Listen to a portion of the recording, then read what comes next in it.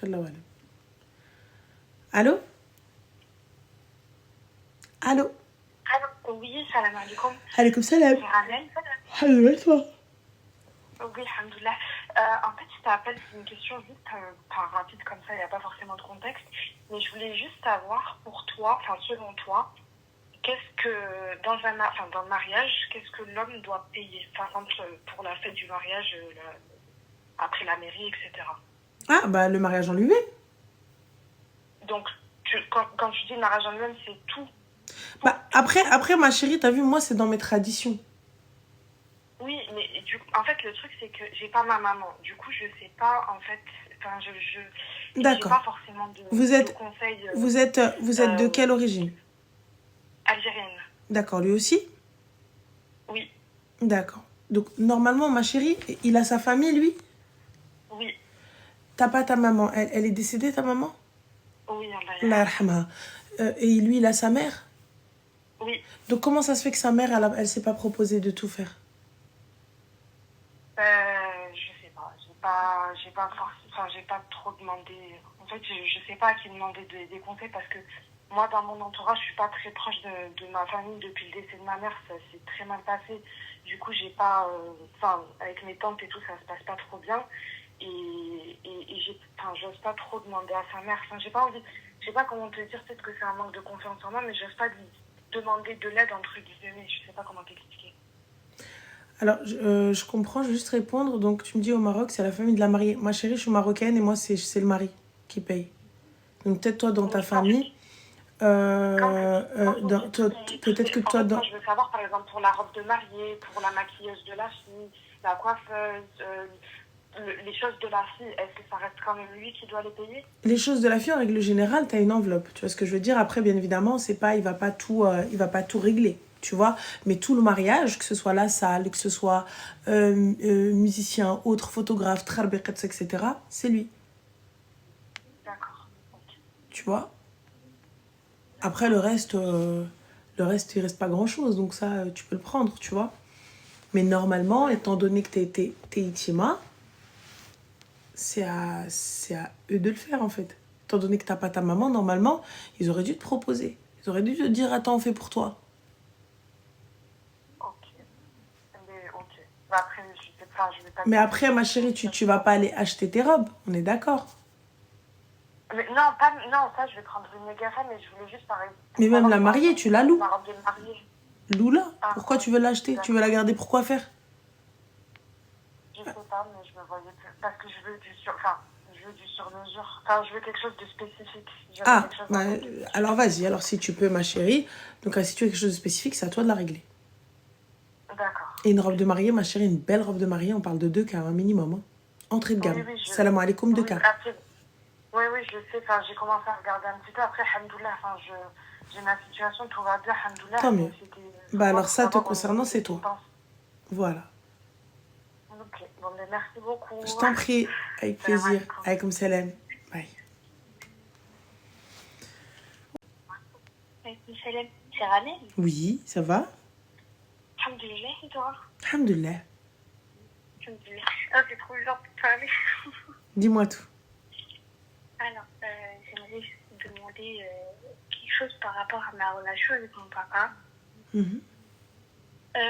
En fait, cet été, j'ai eu un diplôme, etc. Et mon cousin m'avait dit de le prévenir quand j'avais mes résultats. Sauf que j'avais complètement oublié. Et j'ai été rentrée chez moi.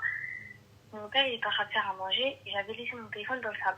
Et en fait, mon cousin, il m'a appelé parce que moi, j'étais en haut. Et mon père, il m'a appelé et tout. Il m'a dit, déverrouille ton téléphone. Donc, je déverrouille mon téléphone, etc. Il va appeler la personne qui m'a appelé. Donc, genre, mon cousin, il me dit, oui. Mon père, il n'est pas en bon terme avec la famille de ma mère. Il ne s'entend pas trop bien avec tout le monde. Sauf que moi, je suis super proche avec ma mère. Ma mère, c'est ma mère amie, quoi. C'est mon gamin. Et en fait, sa famille, je m'entends bien avec elle. Sauf que moi, j'ai aucun lien avec la famille de mon papa. Genre, je m'entends pas avec elle. Et mon papa, c'est une personne super, en fait, agressive, à vrai dire. Et en fait, quand il a su ça, il l'a rappelé, il lui a dit, ouais, t'as bloqué, etc. Il a dit, oui, j'ai appelé Michel pour savoir si elle a eu son diplôme ou pas. Et quand il a su ça, oh punaise, j'ai dit mon prénom. Du coup, ma chérie, Bref, mon papa, il m'a frappé, il m'a battu. Je suis restée dans le coma pendant 4 jours. mhm.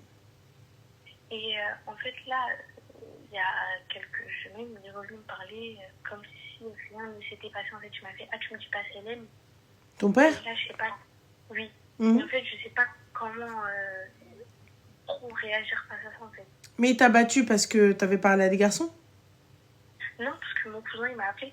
Et en fait, je parle pas avec des garçons, je suis vraiment pas du genre à calculer ça quand je suis Mais il a trouvé quoi dans le téléphone où le cousin il t'a appelé? Parce que je veux bien le cousin il t'a appelé, mais...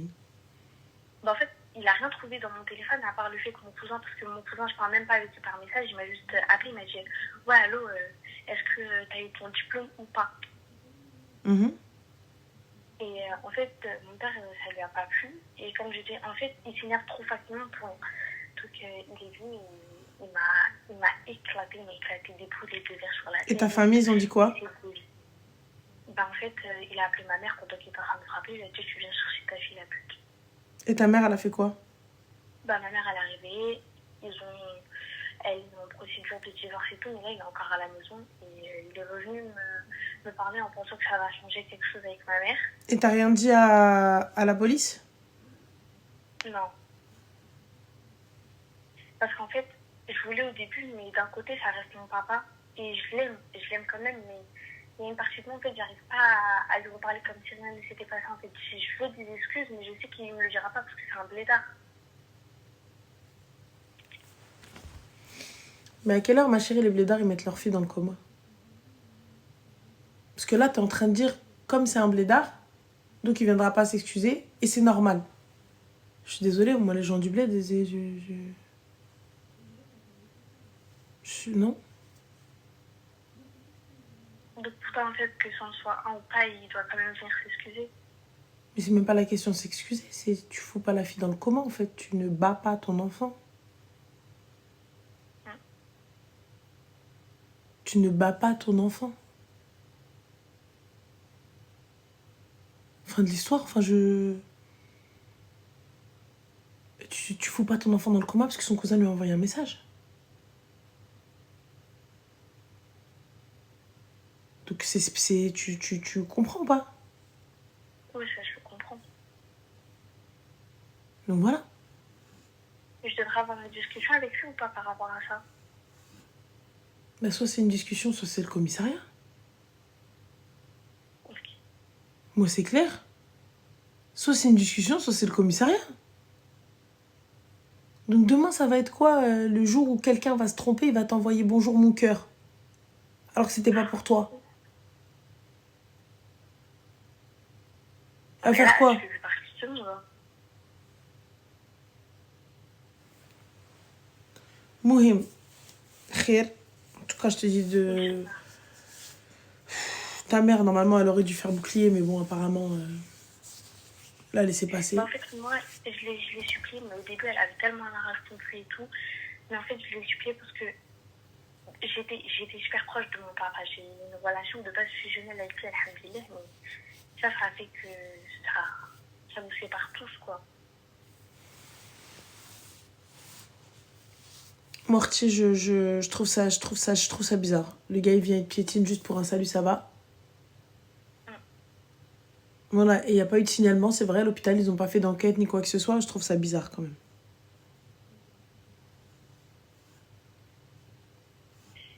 Je ne vais pas te déranger plus. Il n'y a pas de souci, ma chérie. Barakallah. J'allais dire tata. Pour les personnes qui t'ont parlé, juste de me montrer parce que j'ai oublié en fait. Mais personne n'a relevé, ma chérie. C'est toi qui maintenant qui as insisté. Donc tu pousses les gens à aller chercher. Non, désolée. Il n'y a pas de souci, Zine. Prends soin de toi. Merci. Salam. Merci toi aussi. Bye. Bon courage, Tamarico. J'ai mal un peu à y croire. Ça va? Ça va, alhamdoulilah? Ouais, alhamdoulilah, dis-moi tout. Alors, Ranel, il faut que je te parle d'un truc. Dis-moi. En fait, c'est plus de la prévention pour les filles par rapport aux copines jalouses parce qu'il m'est arrivé une histoire de fou. Ah, il va falloir juste que tu parles un petit peu plus fort, s'il te plaît. Et le live, si tu peux l'enlever ou le baisser. Il n'y a pas de souci, vas-y.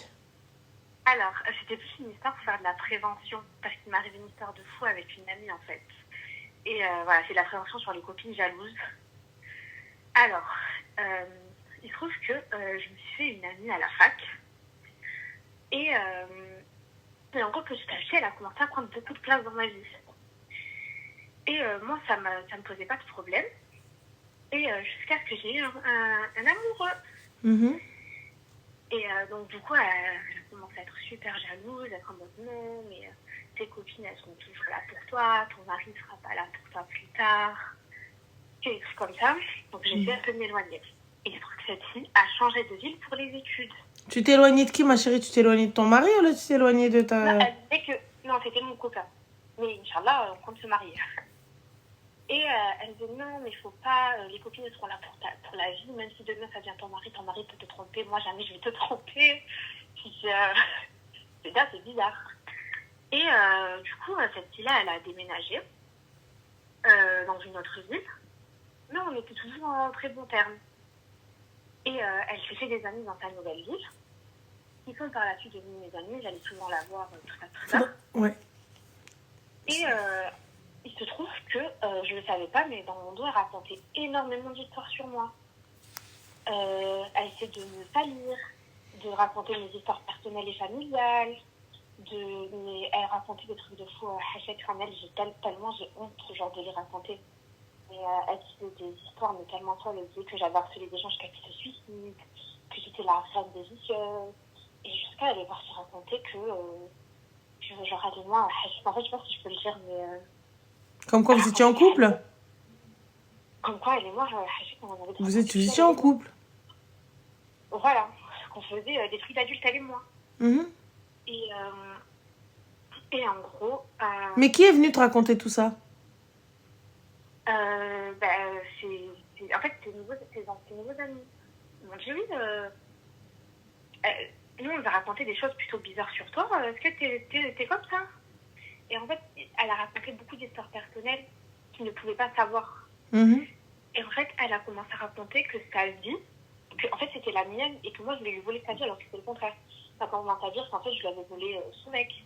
Donc c'était en fait son copain volé. Énormément d'histoires comme ça. Et après elle disait qu'en fait elle et moi, énormément d'histoires hyper bizarres. Et en fait l'histoire elle est partie en couille. Pardon, j'ai le droit de dire des gros mots, pardon. Je sais pas si je fais dire. Non mais vas-y, ensuite elle est partie où? Et en fait, l'histoire, elle est vraiment partie en cacahuète. Quand en fait, elle s'est trouvée un nouveau copain. Et il se trouve que ce nouveau copain, il est en prison. Et en fait, elle m'a demandé d'aller en prison, lui apporter de la drogue, je sais pas comment dire. Donc elle te demande de faire un permis, un droit de visite, je sais pas quoi, c'est ça? Voilà, c'est ça exactement, pour lui apporter, sa consommation et tout ça, etc. Voilà, sa consommation, pardon. Mais petite question, pourquoi elle y va pas, elle? Parce qu'elle est occupée. Bah toi aussi t'es occupée, c'est dommage. Oh là là, ma chérie, j'aurais bien aimé te rendre ce service. Que je suis pas une vraie amie. Et en fait, la fille, elle est tellement dingue qu'elle commence à dire oui, de toute façon, moi, je vais faire une réputation, je vais aller voir tes parents, je vais leur dire que c'est, que ça. Mais tes parents, ils savent quitter. Donc en quoi ça te fait peur? Non, je sais. Non, mais c'est juste... Mais je lui dis, moi, j'ai dit la vérité, je m'en fous. Mais c'est juste pour dire qu'il faut faire vraiment attention aux amis qu'on fait rentrer dans nos vies, en fait. Parce que je suis vraiment choquée de tout ça. Et ouais. Et du coup, et donc là, cette fille-là, elle continue d'aller voir tout le monde en disant que je suis là. La vérité, moi, je m'en fous. Mais c'est vraiment une histoire de faire de la prévention, en fait. Parce que moi, je suis vraiment choquée. Voilà. Ouais, merci, ma chérie, c'est gentil. Voilà. Choquée. Merci. De rien. Prends soin de toi.